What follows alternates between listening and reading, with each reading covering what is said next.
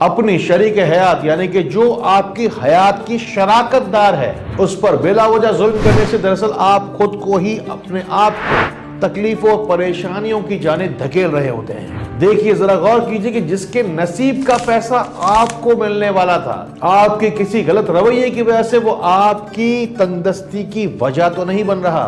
मैं डॉक्टर फहद आरतानी, रोशनी वाला, आपका रूहानी मौलिज, आपका रूहानी उस्ताद फ्रॉम roshnicenter.com। आप खुद ही सोचिए कि जिस घर के अंदर गालम गलोच, लड़ाई झगड़ा हर वक्त चलता रहेगा, वहां अल्लाह ताला की रहमत कैसे आएगी? और जिस घर में हर बात बीवी पर उठाया जाएगा हाथ, उस घर से अल्लाह की रहमत उठ ना जाएगी। दुरूद पाक के सदके अल्लाह ताला की दी हुई मेहरबानी के जरिए हम और आप मिलकर हजारों लाखों लोगों को इस फसाद और लड़ाई झगड़े के घर से बचाने की कोशिश करेंगे।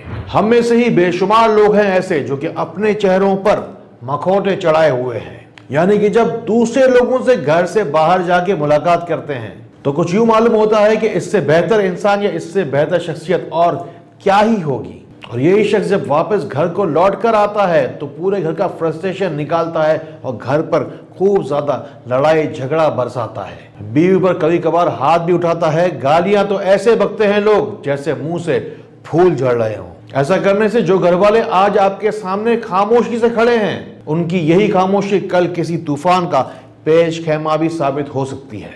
मिसाल के तौर पर एक मरीज अपना केस लेकर लाहौर से मेरे पास आए। ये अलग से खास तौर पर टाइम लेकर मेरे पास आए थे। पता है चला कि ये औरत की जो बीमारियां थी वो कंट्रोल में किसी भी डॉक्टर से आ ही नहीं रही। मुझे आज भी याद है कि कंट्रोल से बाहर होने वाली 11 से 12 बीमारियां इस औरत ने मुझे गिनवाई थी। सबसे पहले हमने बड़े इस्तिखारे का इंतजाम किया, उन्हें फिर वज़ाइफ देना शुरू किए। फिर पूरा रूहानी हिसाब किताब देखने के बाद वो वजूहात, वो अलामात सामने आई जिसका किसी डॉक्टर को या किसी भी टेस्ट करने वाली मशीनों को पता ही नहीं चलता था। दरअसल इस मरीजा का शौहर दुनिया की तमाम तर नेमतें और तमाम आसाइशें इस औरत के पैरों में ला कर रखता था, लेकिन हर महीने में कई बार जिस्मानी और जिनसी तशद्दुद किया करता था। इसी कैफियत में कई साल तक ये औरत अंदर ही अंदर घुटती रही और इसकी बीमारियां अंदर ही अंदर पनपती रही और हावी होती रही। इन्हें सूरह तगाबुन और सूरह फील पढ़ने का मशवरा दिया गया और 1000 मरतबा आयत करीमा पढ़कर पानी तैयार करके पूरे घर में छिड़कने का और मियाँ बीवी को पीने का मशवरा दिया गया।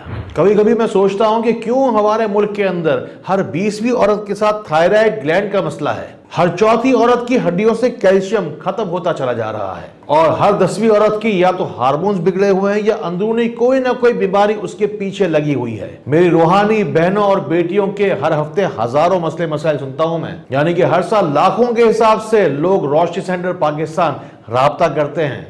अगर आप भी अंधेरों से निकल के रोशनी में आना चाहते हैं और अपने नसीब की सच्ची शिफा चाहते हैं तो रोशनी सेंटर के दिए हुए नंबरों पर व्हाट्सएप के जरिए से अपना मुकम्मल मसला लिखवाइए। मेरे मैनेजर्स और हमारे मावरीन आपकी खिदमत के लिए मौजूद हैं।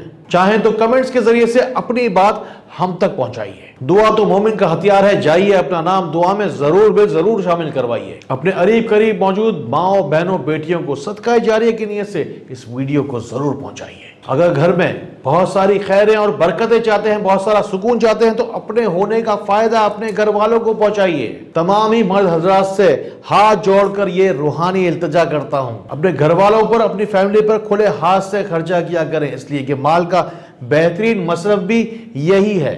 बस सीधी सी बात यह है कि जिनकी जिम्मेदारी अल्लाह रब्बुल इज्जत ने आपको सौंपी है, उनकी जिम्मेदारियां ऐसे तरीके से निभाने से अल्लाह ताला भी आपसे राजी होगा। खवातीन के साथ सिर्फ और सिर्फ जिस्मानी तशद्दुद की बात नहीं होती है, एक और चीज होती है जिसे हम कहते हैं मेंटल टॉर्चर। अब ये ऐसे अंदरूनी जख्म हैं, अंदरूनी घाव हैं जो कि किसी को दिखाए भी नहीं जा सकते। हम में से अक्सर लोगों ने जिंदगी में कई बार ये जुमला सुना होगा कि अगर जहेज कम दिया तो बेटी को ताने सुनने को मिलेंगे। शादी के मौके पर अगर सास तंदों को दिए हुए जोड़ों में चमक कुछ जरा सी कम हो जाए तो आने वाली बहू की जिंदगी की रोशनी ही कुछ मध्यम सी पड़ जाती है। और अगर खुदा न खास्ता लड़की के घर वाले माशी तौर पर कुछ थोड़े से कमजोर हों तो हर बात पर बातें सुनाई जाती हैं, हर काम में कीड़े निकाले जाते हैं। ऐसी हालत में लड़की की मां को चाहिए कि हर नमाज के बाद या अल्लाह हो या वदूद हो या वकील हो 111 मरतबा पढ़कर अपनी बेटी के हक में बहुत सारी दुआएं करें। हमेशा याद रखिए कि शैतान उस वक्त सबसे ज्यादा खुश होता है कि जिस वक्त के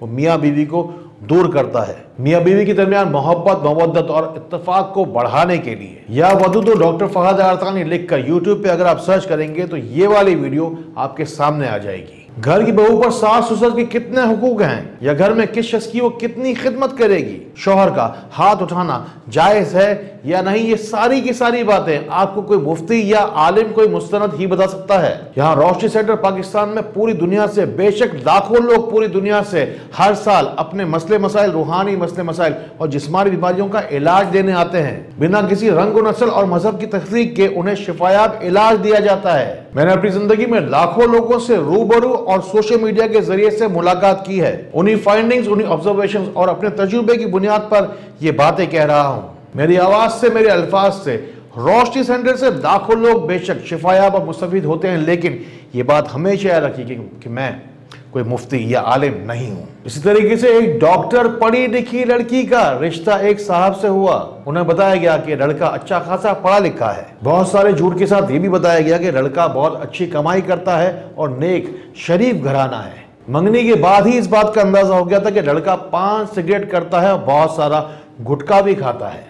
इस पर भी लड़की वाले अपनी इज्जत बचा के बैठे रहे और कोई खातिर का एतराज नहीं किया। शादी के बाद अंदाजा हुआ कि इस लड़के की सोहबत की वजह से ये लड़का हर बात पर गाली भी बकता है। ये पढ़ी लिखी लड़की अब जबकि माँ बनने वाली थी, ये जहालत आलूद गालम गलोच से मुज़य्यन माहौल को ये क्या ही बर्दाश्त कर पाती। अब ये बात इन घर वालों को कौन ही समझाता कि बुरी जुबान को इस्तेमाल करने से घर के अंदर नहुसत आती है और बेबरकती आती है। मेरी इस रूहानी बेटी को मशवरा दिया गया कि जिस वक्त भी घर में लड़ाई झगड़ा हो, गालम गलोच हो, उसके थोड़ी देर के बाद 3 मरतबा बाआवाज़ बुलंद ला हौला वला कुव्वता इल्ला बिल्लाहिल अलीयुल अज़ीम थोड़ी सी आवाज बुलंद के साथ पढ़ लिया करें। इसके जरिए से घर वालों को तलकीन भी मिलेगी कि गालम गलोच घर में करना बहुत बुरी बात है और शैतान का वार भी होगा, वो घर से निकल जाएगा। साथ ही साथ सुबह सवेरे कुरान पाक पढ़ने की तलकीन की गई और सुबह शाम के अज़कार भी सिखाए गए, जिसके जरिए से मियाँ बीवी की मोहब्बत भी परवान चढ़ती रही। फिर इस लड़की को नौकरी करने का मौका भी मिला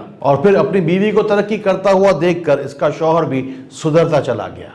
घरों के अंदर तशद्दुद के औजारों में सिर्फ हाथ पैर चलाना या गालम गलोच करना, मारा मारी ही सिर्फ नहीं होता।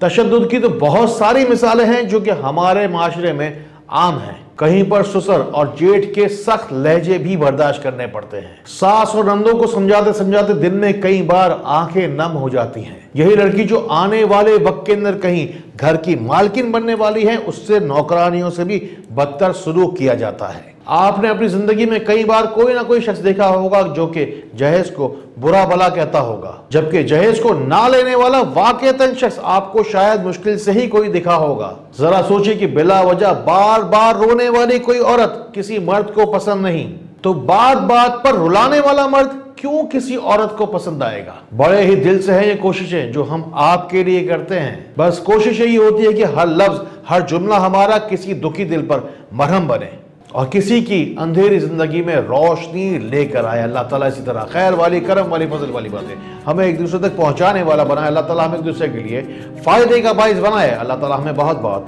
रोशनी फैलाने वाला बनाए। अस्सलामु अलैकुम व रहमतुल्लाह।